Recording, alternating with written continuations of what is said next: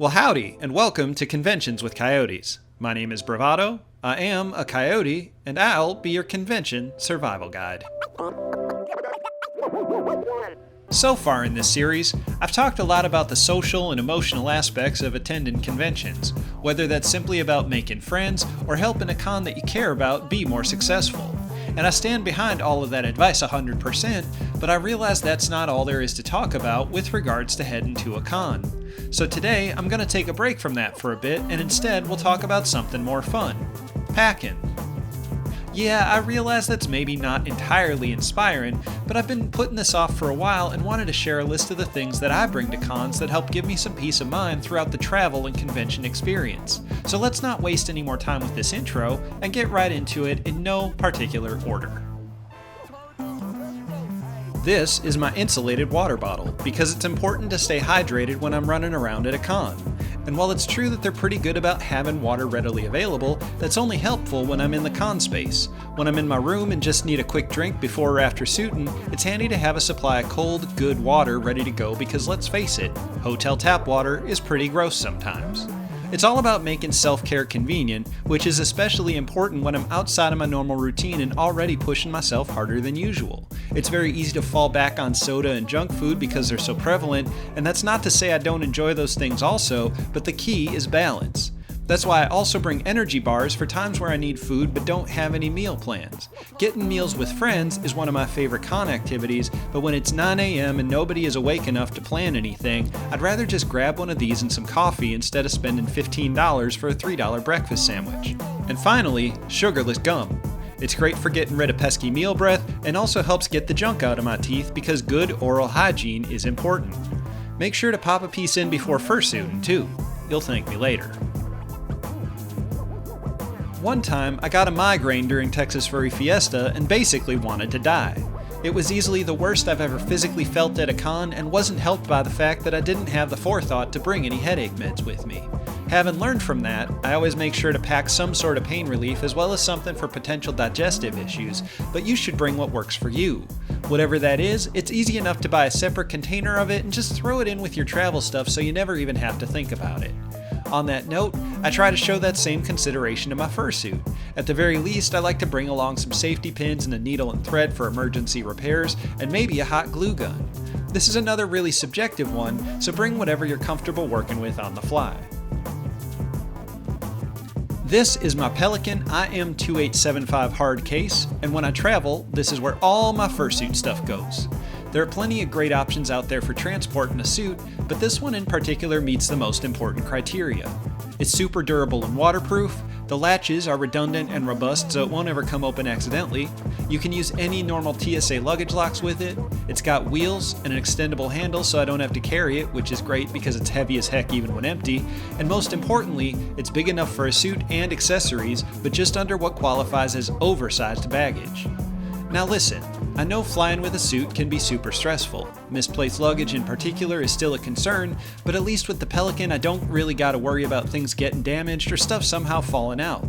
Obviously there's no one true way to transport a suit, but this one hasn't let me down yet and has proven to be well worth the cost of entry. And it gives me a place to put all my stickers. This is a hanger that has a fan in it. It's made for wetsuits, which, now that I think about it, is a pretty accurate description of a fursuit after being worn for a couple hours. With this though, I just spray in a bit of disinfectant, let the fan run for an hour or two, and never have to worry about putting on a damp or smelly suit ever again. And even if you don't have a fursuit, you can use this as a white noise generator to drown out snoring roommates or folks next door having a spirited conversation at 3 in the morning. While we're on the subject of fans, I like to supplement the hanger with this little guy, who's great for drying out fursuit heads and even fits in one for easy packing. One thing to note about hotel rooms though, is they have an inconvenient habit of not having enough outlets or outlets in the exact wrong places. That's why I always bring an extension cord that I can plug both fans into for some extra flexibility. And finally, I mentioned disinfectant, and I'm sure everybody already has their preferences, but I use diluted 91% isopropyl alcohol, which you can get at pretty much any big box or drugstore, in a spray bottle with a screw-on cap that won't accidentally come loose in transit. Now I don't really know what to call this other than what it is, a fanny pack. Wait, don't leave. Fanny packs are cool again, from what I've heard. Then again, if I know that, maybe they ain't cool? Huh. Well, it don't hardly matter either way because ain't nobody gonna see it. This one is for wearing under my suit to hold on to stuff like my phone and room key and other essentials without having to worry about them getting lost or damaged. I used to use one of those travel wallet things that goes around your neck, but the string that they hang on is pretty uncomfortable, so I finally wised up and switched to this. I mean, there's no rule that says you can't wear it over your suit too, it just depends on the look that you're going for. And lastly, let's talk about badges. I confess to playing somewhat fast and loose in the personal brand category, in that my Twitter handle is different from any of my character names. And honestly, they just ain't as recognizable, so while wearing a badge for the character is great for getting his name out there, it doesn't do much good with regards to helping someone connect the dots of who I actually am. I can tell this is an issue because when I greet people I know from the internet, at least out of suit, it's not until they see matches on my badge, or in a worst case scenario, I have to say that out loud, which is terrible, that their eyes light up with recognition. And to be fair, I've been on the opposite side of that interaction just as frequently. All I'm saying is, providing a shortcut around the awkward song and dance of trying to figure out who someone is a lot more appreciated than you might realize. Also, before I forget, just consider double-sided badges, or at the very least, 2 different ones back to back. Okay, now we can go to the end part. Now, I realize this list was maybe a little bit utilitarian, but I wanted it to be mostly accessible and useful to, well, anyone watching. So if you did find any of it useful, I'm glad. And if not, or even if you strongly disagreed with every single suggestion, I guess that's okay too because you still watched the video and minutes are minutes.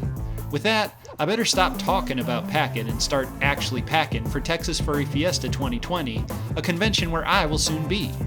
If you will be there also, don't hesitate to say hi if you see me out and about. Till then, happy conventioning, and I'll catch y'all later. Let's go!